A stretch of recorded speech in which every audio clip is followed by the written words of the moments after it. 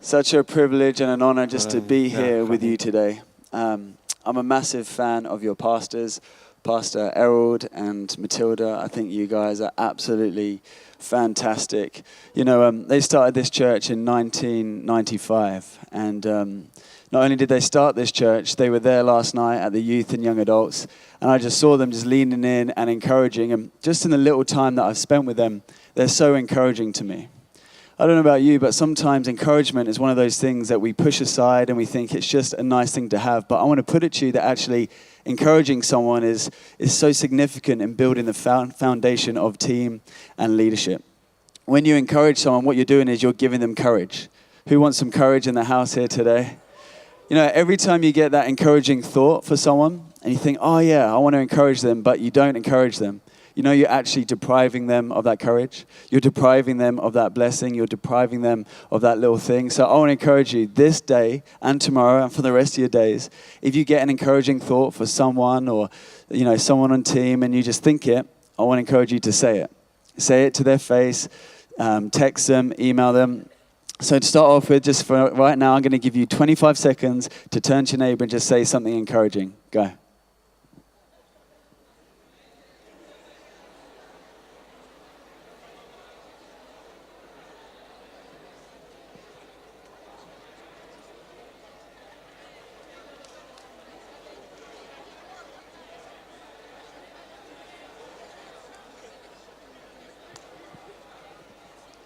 All right, that's enough. Not too much encouragement, not too much. Amazing. Who feels encouraged? Feeling encouraged? I tell you, that's a word for someone here today. Just keeping that encouragement day in and day out. The world does not have that. The world is trying to discourage everybody, but you encourage everyone and you'll find it will be something that they haven't seen. So I got saved when I was 18 years old. I was backpacking in Australia. I knew of God, but I didn't know God. And when I encountered some Christians, they looked like me, sounded like me, but they live very differently. I live for the moment, for the weekend. They live for significance. They live for God. And when I asked them, why do you live the way you live? They simply said, Jesus. I knew I wanted to encounter his grace. So at the age of 18, I made a decision to follow Jesus. 2 months later, I started Bible college. But I just had many years of not knowing God. And so I had lots of issues. I had lots of baggage. My lifestyle did not look like Jesus. But you know what? I was surrounded by people who did not point the finger, who did not judge me, but they put their arm around me and they loved me. They would sit me down and they say, hey, Dan, you know what you're doing, your life, it doesn't match up with what the Bible says. And when they said it to me, never once did I feel condemned, but I felt empowered, encouraged, and challenged. It's because of those people that I'm here today. And I just want to say right from the very beginning, you know, there'll be people who walk through the doors, just like Errol was saying, who don't know Jesus Christ. And it is our job just to love them, no matter what their lifestyle's like, no matter what their behavior is like, not to judge them, but to love them. Because if you can keep doing that to them, they can see Jesus and they'll be able to grow closer to Jesus. And it's only when you truly know Jesus does all the other stuff fall away. So I want to encourage you because, you know, that's my story. Did 2 years Bible college, then my heart broke for the people of London, so I came back to London. After working as a youth pastor for a few years, I met my wife, Charlie. I got a photo of her. She is the A21 Europe director. Here she is right there. And that's my 7-month-old son. His name is Knox. His favorite song at the moment is a song called Baby Shark. It's like a worship song to him. Baby Shark, yeah, he loves that song. And we love building the house. We love building the church. And so it's a huge blessing and an honor just to be here today and just to share with you guys. So let's pray. Heavenly Father, we just want to thank you that we're gathered here today, not to look at how we can better our own name, not better the name of City Life, but for your name to be lifted high above this city and this nation. Father, we pray today that you do something significant and supernatural. Amen.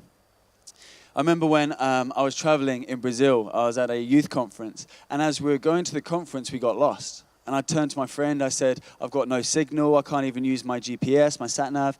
He said, that's okay, we're going to a village where they actually like to give you directions.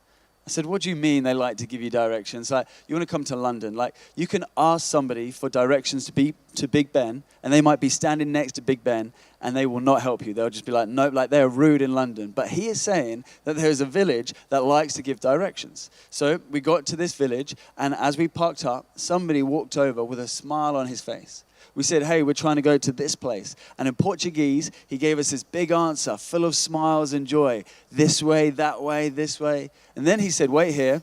Went inside, got us some water. Came out, gave us some water. Then he said, wait here. He went inside and got us a map. Gave us a map, gave us smiles, and off we went. I said, mate, this is crazy. We'd never experienced anything like this in London. I said, why did he do that? Did he do that because he wanted a tip, wanted some money? And my friend said, no, that's not the reason. I said, did he do it because this village has a reputation of helping people who are lost, and he's trying to maintain that reputation? He said, no, that's not the reason either. I said, why did he do it then? He said, the reason he did that is because he's grown up in a culture where that's just what they do. He doesn't know how not to do that, so he's just doing what comes naturally. The reason I'm so excited to be with you here today is because this is building a culture, is laying a foundation where leaders are going to grow up, and we won't have to teach the culture, we will just be the culture. Isn't it exciting that your kids and your kids' kids are going to grow up in a place where you're not going to have to teach them about honor and love and grace and integrity, but it'll be just who they are because they're growing up in a culture where that's what they see. I'm so excited about today because I feel like something is going to be laid down, something that's going to be set in stone, which is actually going to have a ripple effect through this city and through this country. I want to share a message with you called Michelin Star. Michelin Star Ministry. Has anyone ever been to a Michelin star restaurant? Give me a wave if you have. They're all my rich friends. Make friends with them. A Michelin star restaurant is the best of the best restaurants. One of my good friends, when he turned 30 years old, he flew from London to Copenhagen just to have dinner at a 3-star Michelin restaurant, and then he flew back. They're the best of the best. They're the most innovative, the most creative restaurants in the whole world. Let me show you this little video of how Michelin star became Michelin star. Michelin started as a company selling tyres, and in France in 1900, when there were fewer than 3,000 cars and no garages to speak of, the company's founders, André and Edouard Michelin, decided to publish a guide to where you could buy petrol, change those all-important tyres, and stop for a meal. So the guide, you see, has always been a marketing tool for the tyre company.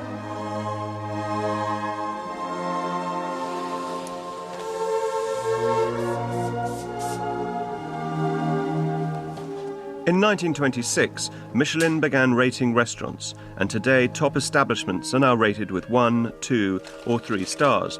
1 star denoting very good cooking in its category, 2, excellent cooking and worth a detour, and 3 stars, exceptional cuisine and worth a special journey. At these highest levels, the undercover Michelin inspectors, who visit restaurants anonymously, are judging every last detail.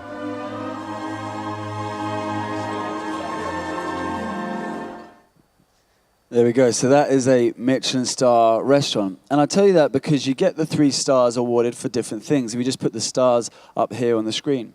You get 1 star if you're a very good restaurant in its category, 2 stars, excellent cooking worth a detour, and exceptional cuisine worth a special journey is 3 stars.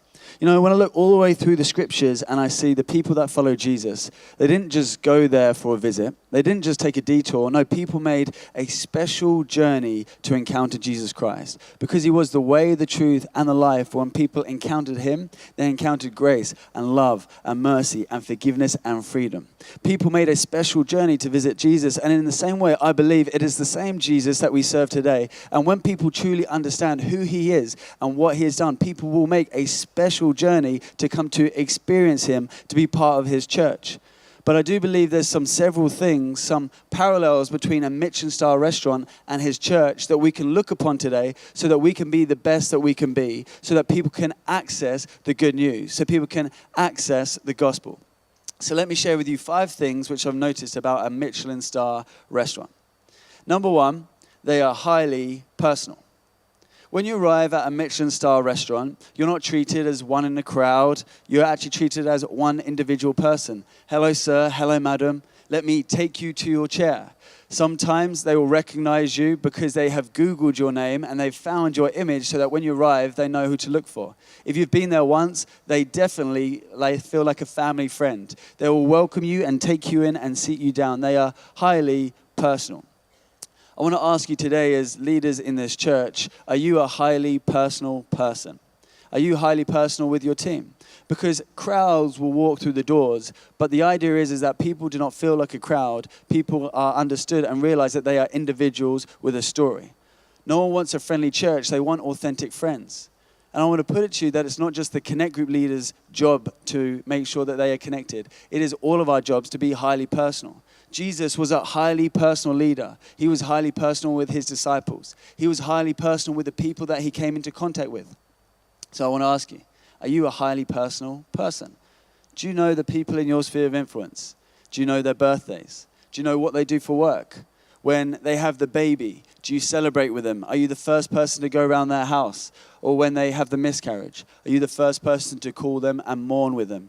When the person gets a promotion, are you there celebrating with them? Or when they get fired from work, are you there to help, to pray with them, to speak a message of hope? When we are highly personal people, people understand that actually we're meant to be a community that looks after the one. And so I want to challenge you, if we want to be a personal team, it means that you know the people on your team. Do you know their birthdays? What gets celebrated gets replicated. What gets celebrated gets replicated. And we can celebrate lots of things, but at Hillsong London, we do not celebrate 100,000 followers on Instagram. We do not celebrate 500 people on Facebook, but we do celebrate 50 people giving their life to Jesus Christ. We do celebrate 5 people getting water baptized. We do celebrate people's birthdays. Why? Because that's what we value. What you celebrate is what gets replicated, what you value. Highly personal.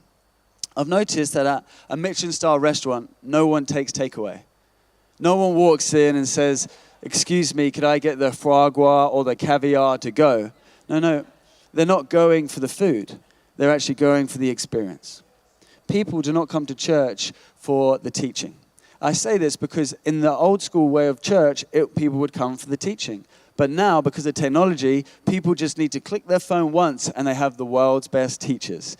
People just need to click their phone twice and they've got the latest worship album. So if they want, they can have a worship experience at home. They can have preaching and teaching at home. But we know that's not the church, is it? The church is a gathering of people. And so if we're going to be Michelin star ministry, if we're going to do everything that God has called us to do as being the church, which is the gathering together, we need to make sure that we're highly personal. So when people come through the doors, they might come for the worship and they might come for the teaching, but the thing that's going to cause them to stay is you being highly personal with them. Are you a highly personal person? I want to encourage you. If you're not, you can be. All you need to do is think about the 5 people in your world. Just spend some time prioritizing, spending some time with them, and so that they feel personal, so that they feel connected. The second thing is that the staff and the team of a Michelin star restaurant, they are highly motivated. They are highly motivated. You don't need to call them to make sure they're there on time. You don't need to give them some inspiring team talk. No, they understand how significant what they're part of is. Therefore, they are highly motivated.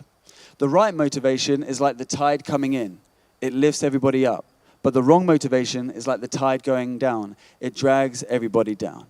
The thing is, for us as church, we can all talk about having the right motivation, but the truth is we need to check our motivation day in and day out because our motivation can easily change. I love that your pastor Errol was talking about the golden circle. People don't care about what you do. They care about why you do it. People follow Jesus not because what he did. They followed him because why he did it. They didn't follow him with water saying, "Hey, Jesus, can you do that trick again where you turn it into wine?" No one kept following him because what he did. They followed him because why he did it. And in the same way, the only reason we can do what we've been called to do is if we know our why. If we have our motivation and our motivation is in the right place. I check my heart regularly when I go to the doctors. They will check my pulse rate and they will check my heart. So I want to ask you, when was the last time you checked your heart? When was the last time you made sure your motivation is for his name and not for your own name? If you want to know where your heart is today, you just got to look at where you place the 5 T's. Your time, your talk, your thoughts, your treasure, your money, and your talent, your gifting, your skill. What do you give your time to?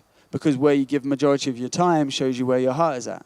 What do you talk about? Because out of the heart, the mouth speaks. What do you think about? Because what you spend your time thinking about is what you really love. What do you give your treasure to, your money to? That will reveal where your heart's at. And what do you give your talent to, your skill, your ability to? Look where you put those 5 T's, and it will reveal where your heart is at. Put it another way, give me 5 minutes with you and your mobile phone, and I'll show you where your heart's at. I'll look at your calling and your texting to see who you're spending your time with. I look at your camera roll to see your memorable moments. I look at your social media to see who you're following and who you're secretly following. I'd see what you post about, because you know what you post about shows what you're passionate about. You might post about food because you're passionate about food. You might post about cats because you're passionate about cats. You might post just selfies because you're passionate about self. Who knows? Ooh. I'll look at your phone. I'll look at your banking app. And go through your banking app, see where you spend all your money. Give me 5 minutes with you and your mobile phone, and I'll tell you where your heart's at. And maybe if we did that, it might be a little bit awkward. You might actually be offended. But I've realized that sometimes it's good to offend the mind so that you can see where your heart's at. Where's your heart at today? The why is so important. You know, we can live for many things, but we're actually created to live for an audience of one. We're created to live to give God all the glory. You see, maturity is not how high you jump in praise and worship. It's how straight you walk in obedience. And all the way through the Bible, what you find is that this Bible says is that we're meant to live day in and day out with one motivation, to give God all the glory. Psalm 23, the Lord is my shepherd, I shall not want. He makes me lie down beside green meadows and beside still waters. He restores my soul. Even though I walk through, he restores my soul. And he restores my soul. Exodus 14 verse 17 says, anyway, there's loads of scriptures. Anyway, they all talk about giving God the glory. Revelations 4, anyway, go all the way through. You'll find it's all about giving God the glory. We were created to give God the glory. And I want to ask you today, have you started living for yourself? Have you started living for your own name? Or are you living for his name? Because that's so significant. That is our why. The next one is highly collaborative. Highly collaborative. What you find is in a Michelin-style restaurant, you have many different people, and they all collaborate together. You got the chef working with the sous chef, who works with the kitchen porter and the dessert chef. You got the head waiter working with the sommelier for the wine, and the person on the welcome door. You got many different people doing many different things. They're all playing their part. They're all collaborating, so together they can do what the restaurant's called to do. And sometimes we can come into church and be part of a team, and we can think that we have a very insignificant role to play because we serve in the shadows. But I want to put it to you that actually collaboration is about us all being secure in what we do, all being confident in what we do, and all working together so that we can make his name famous. In 1949, a German guy called Adi Dassler started Adidas, and the 3 stripes stood for the Father, Son, and the Holy Spirit. I'm joking, but that'd be cool, right? I wish. I would love that, I tell you. I would absolutely love that. Now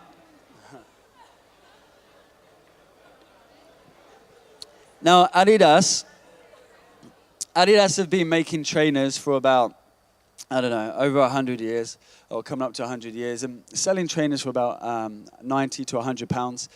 But what they realized is that there was going to be more sales if they collaborated. So I'll give you an example. Adidas collaborated with a music artist called Kanye West. Kanye West had a label called Yeezy. So together they put out these trainers called Adidas Yeezys. Now, if you know any teenagers, you will know that all they want is a pair of Adidas Yeezys. They cost about £250 brand new, but on resale, they go for up to £1,000.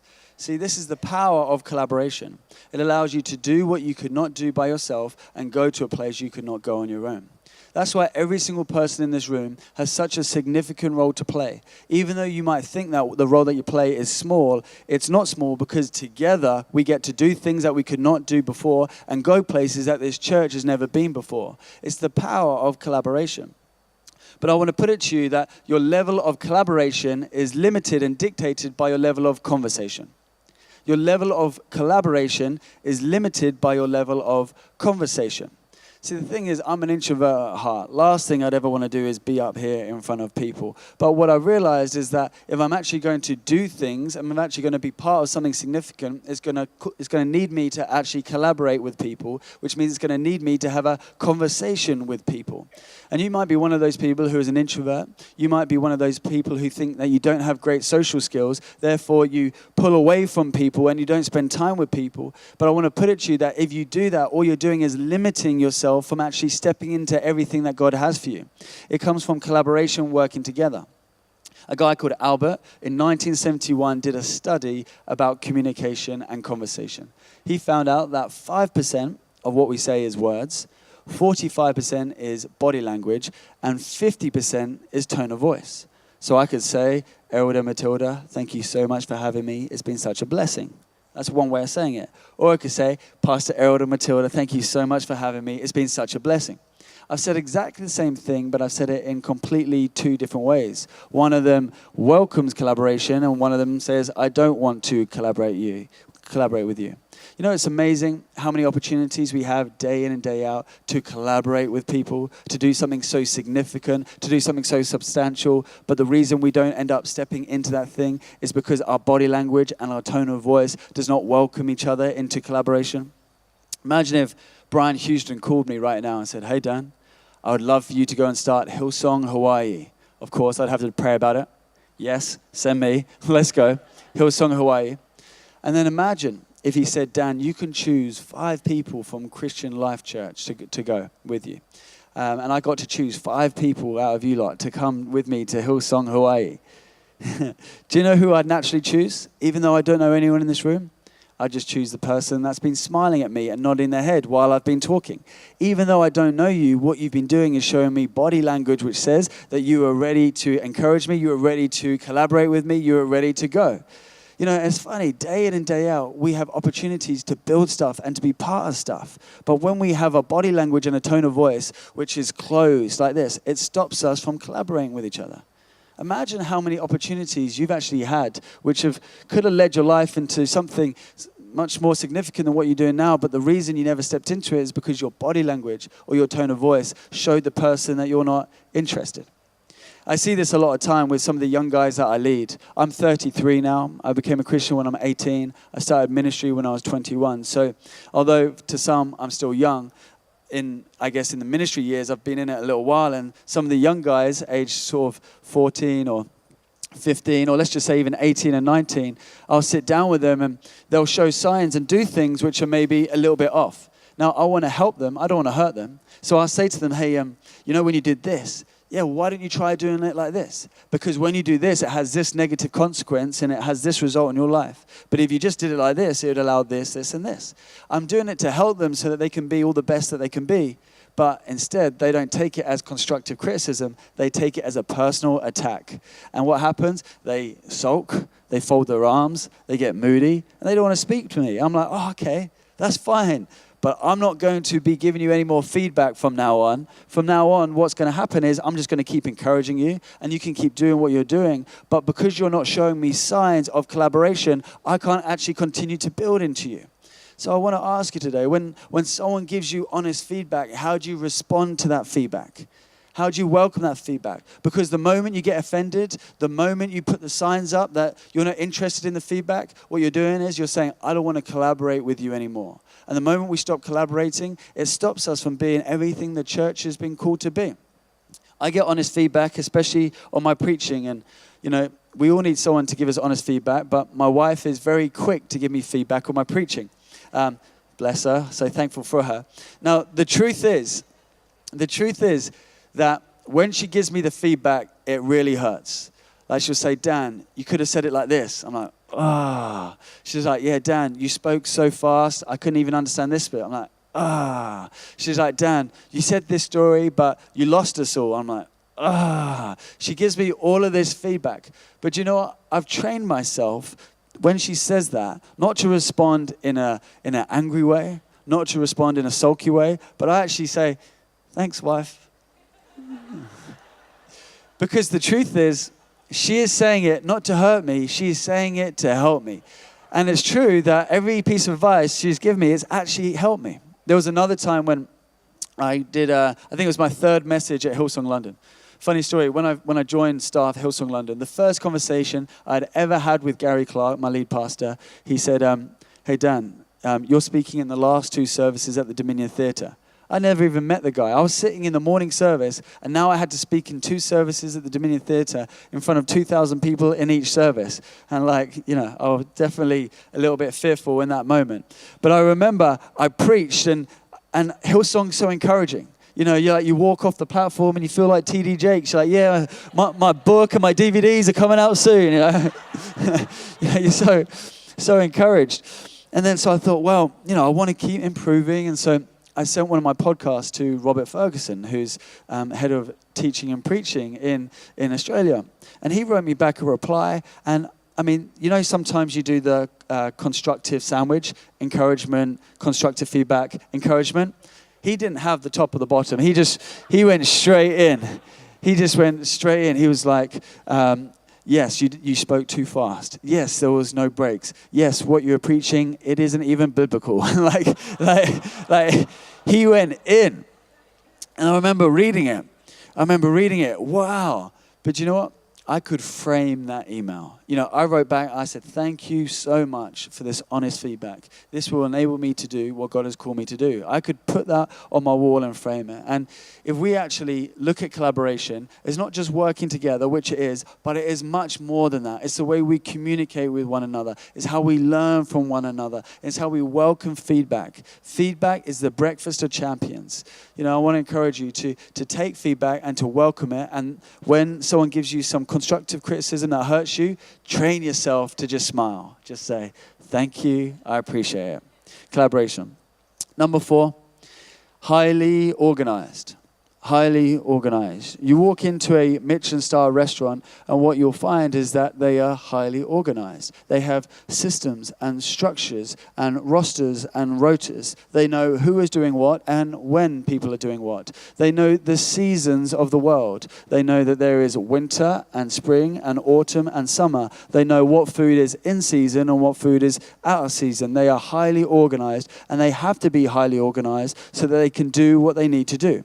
There are other restaurants who are not Michelin-star restaurants, and they are not highly organized. But if you want to be Michelin-star, you have to be highly organized. Now, it's not fun always being highly organized. It's not easy being highly organized. But if we want to be the best church that we can be, if we actually want to build something of significance which is going to make a difference, then we need to be highly organized. I'm not talking about having a highly organized team. I'm talking about having a team of highly organized individuals. I want to ask you the question, are you a highly organized person? The truth is, if you are not organized, you don't dictate your life what you want to do. Your life will dictate to you what you have to do because you haven't actually been organized. So I want to ask you today, are you the someone who is always on time? Are you the person who can actually come through with what you promised? Are you the person who's always late? Are you the person who always forgets? Are you the person who doesn't always come through with what you said? Are you the person who always says sorry?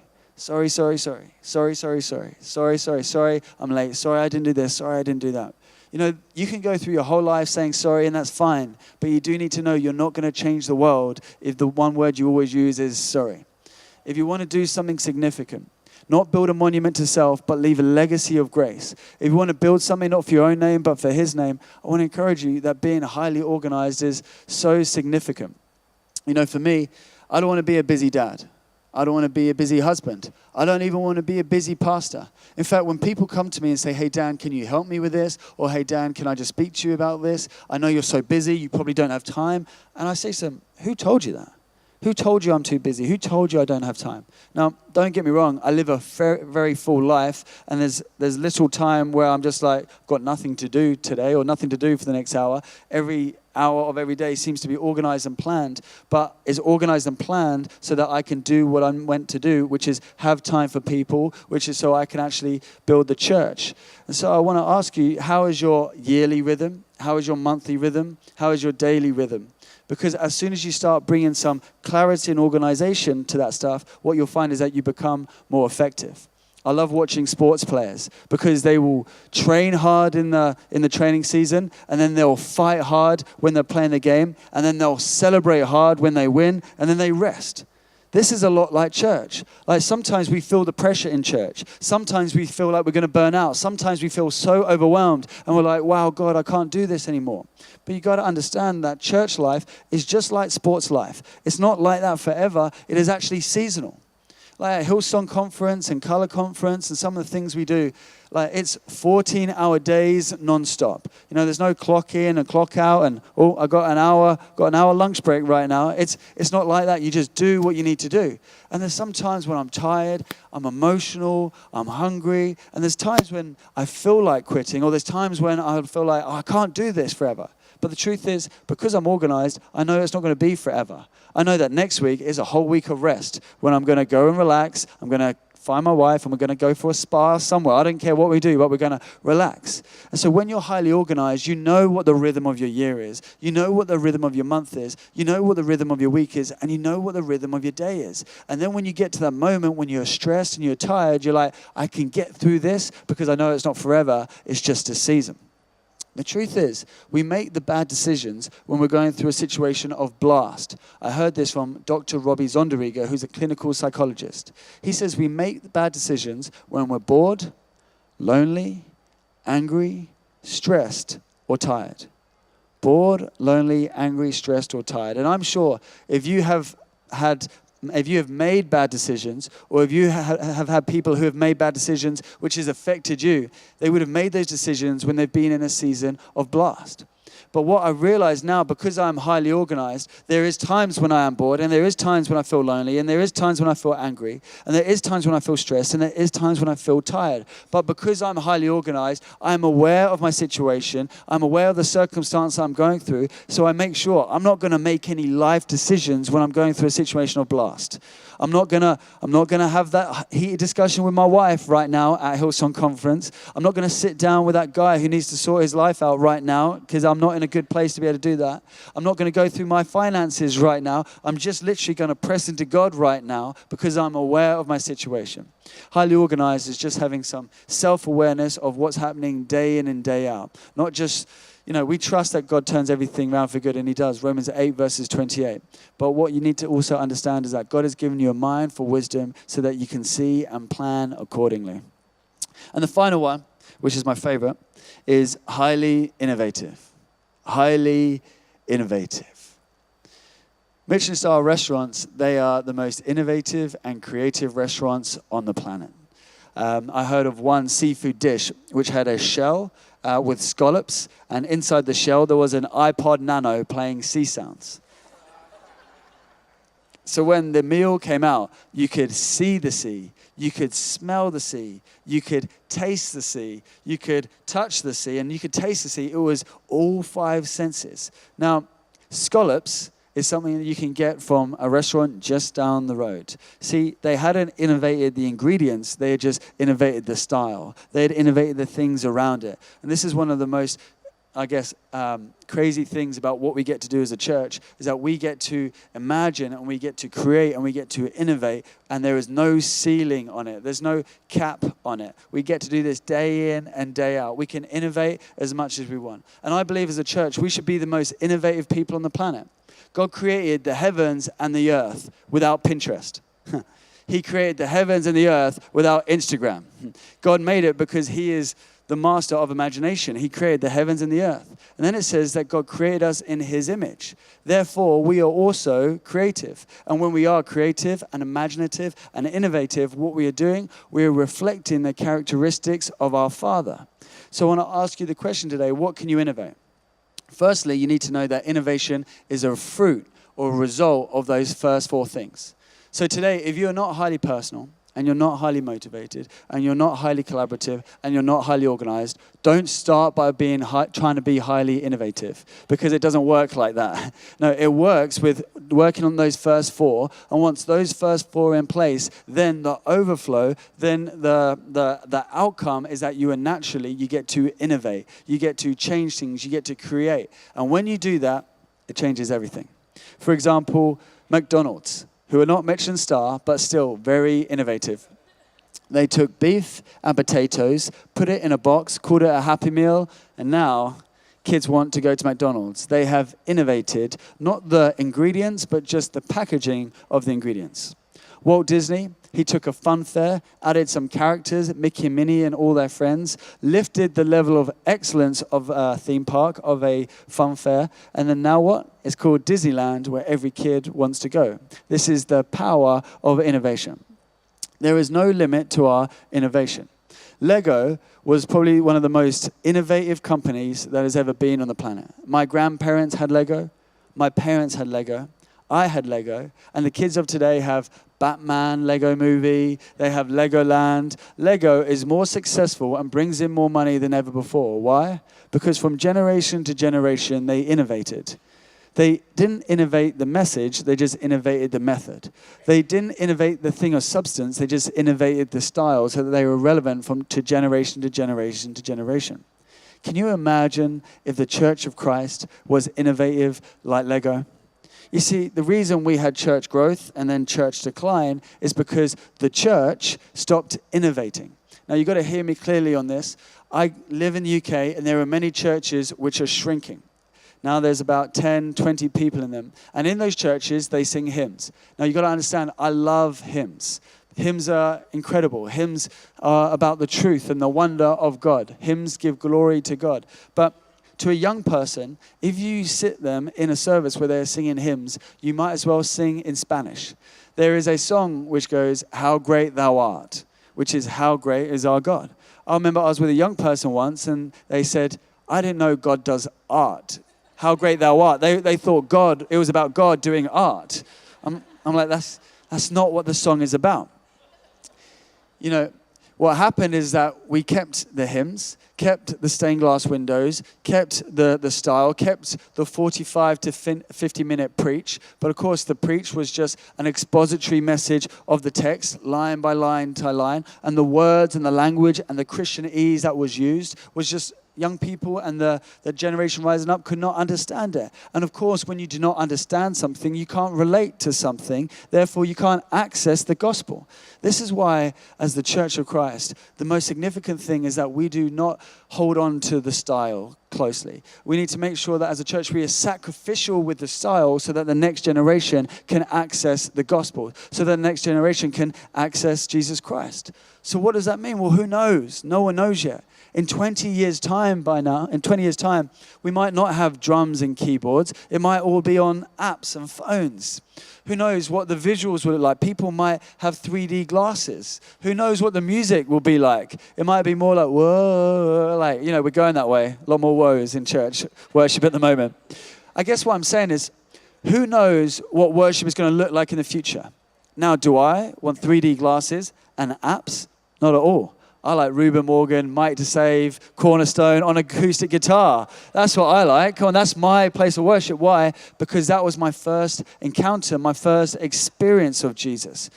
But if I'm about the next generation, then I'm going to lay down Cornerstone and my acoustic guitar and allow the worship team to pick up whatever the next thing is, because it's never about the style, it's about the thing of substance. It's never about the method, it's about the message. It's about the young people encountering Christ. There is no such thing as Christian music, only Christian lyrics. It's the lyrics that go on top of the melody.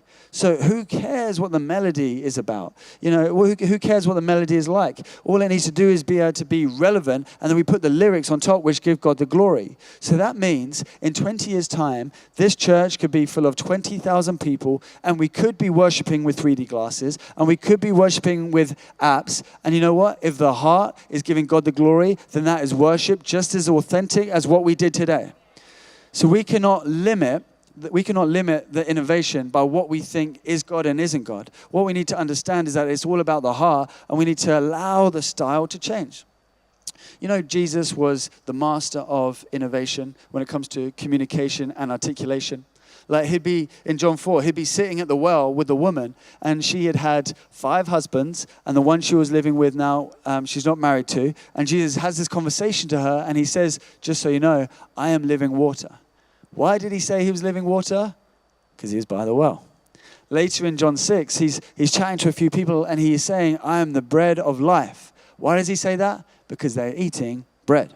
But isn't it funny how we take what Jesus said out of context, and in praise and worship, or we're praying, we're like, he is the bread of life and he is living water. And we have Living Water Baptist Church and Bread of Life Community and all this stuff. And the thing is, to someone who hasn't walked into church, like living water, bread of life, like what does that mean? Like it's not relevant. And so our job as Christians is to look at what Jesus is saying and be able to take the same thing and to be able to relate it to people in everyday visuals, in everyday language. This is why you cannot compare preachers to other preachers. This is why you can't compare me to Errol, because it's not about how good our preaching is. It's about how well we can articulate this gospel to the people that we are leading. Errol will be able to preach to you on a whole nother level than I will ever be able to. Do you know why? Because he knows you. He knows the culture of this city, and he knows what you're going through as a church. And in the same way, Errol doesn't know what the youth are like in London, but I can break it down to them so that they can understand. This is the beauty of us, and it doesn't have to have a microphone in your hand. You can go back into your sphere of influence with your friends, with your family, and your job is to be able to articulate your story, articulate the gospel in a way in your people can understand it. That is how you take Jesus to your friends and to your family. I'll give you a final story, a final example. We're called the C generation because we're the connected generation. For the first time, generations are connected by your smartphone. Who's got a smartphone here today? Give me a wave. Majority of the room. We're the C generation. So the other day, I did an altar call to the youth with actually just breaking it down through the phone. So I said, right in the beginning in Genesis, God created humanity, and we had this divine connection between God and us. We had a perfect download of our identity, perfect download of love. We could talk to God 24/7, 7 days a week. It was perfection. But humanity turned their back on God, and in doing so, sin entered the world. Now sin is just S-I-N. It's all about that central letter.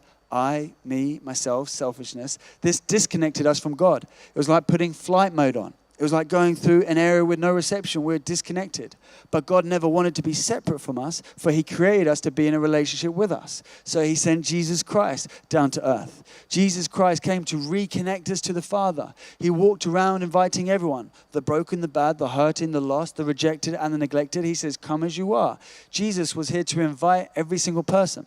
But you might have the best phone with the best camera. You might have paid a lot of money for it.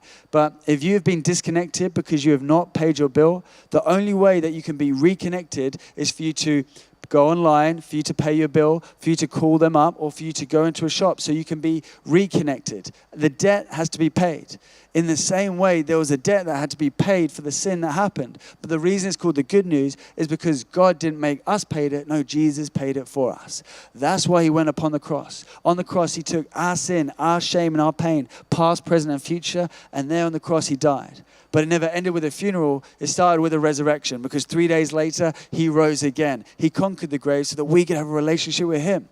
What's it like having a relationship with Christ? It's like downloading the latest software on your phone. The moment you download it, the old is gone and the new is here, allowing you to do what only God has called you to do because of a change on the inside. That's what it's like when you follow Christ. Your past is your past and your future is secure. Life is different. So what's your response? You can press dismiss now, and you can forget everything I've said. You can press remind me later, and you can go away and think about what I've just said. Or if you want, you can press install now. And by that, if you want to encounter Jesus Christ, it'd be my greatest privilege and honor to lead you in a prayer so you can do just that. Is there anyone who wants to know Jesus? 40 young people stood to their feet and they said, I want to give my life to Jesus Christ. That's the power of innovating the gospel, the truth. So I want to encourage you, and I'll leave you with this today. Be highly personal. Be highly motivated. Be highly collaborative.